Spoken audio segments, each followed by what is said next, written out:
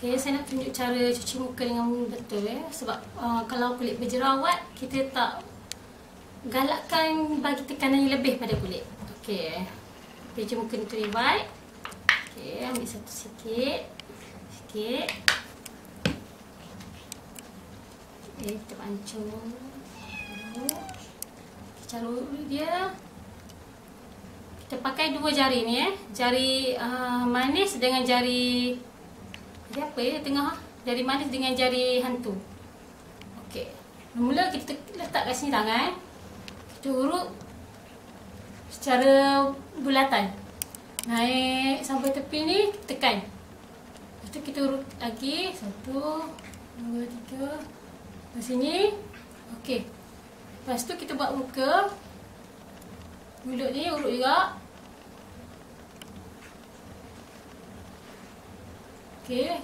Pakai jari ni supaya kita tak pakai. Ramai yang pakai semua jari, dia bagi tekanan pada kulit, so akan merangsang jerawat lebih banyak. Okay, kita pakai sini, so kita buat naik sini. Pipi dulu. Pipi. So kita hidung. Hidung jari tengah. Tekan-tekan batang hidung ni. Okay, naik sini. Sini. Tengah. So ni naik atas. Naik atas pakai dua. Okay, dua tekan sini. Sini sakit kepala, tekan sini. Okay, tekan sini. Pulak je. Pulak je. Tak payah tekan kuat-kuat. Sikit-sikit je. Okay, start balik. Start balik. Bawah. Tekan.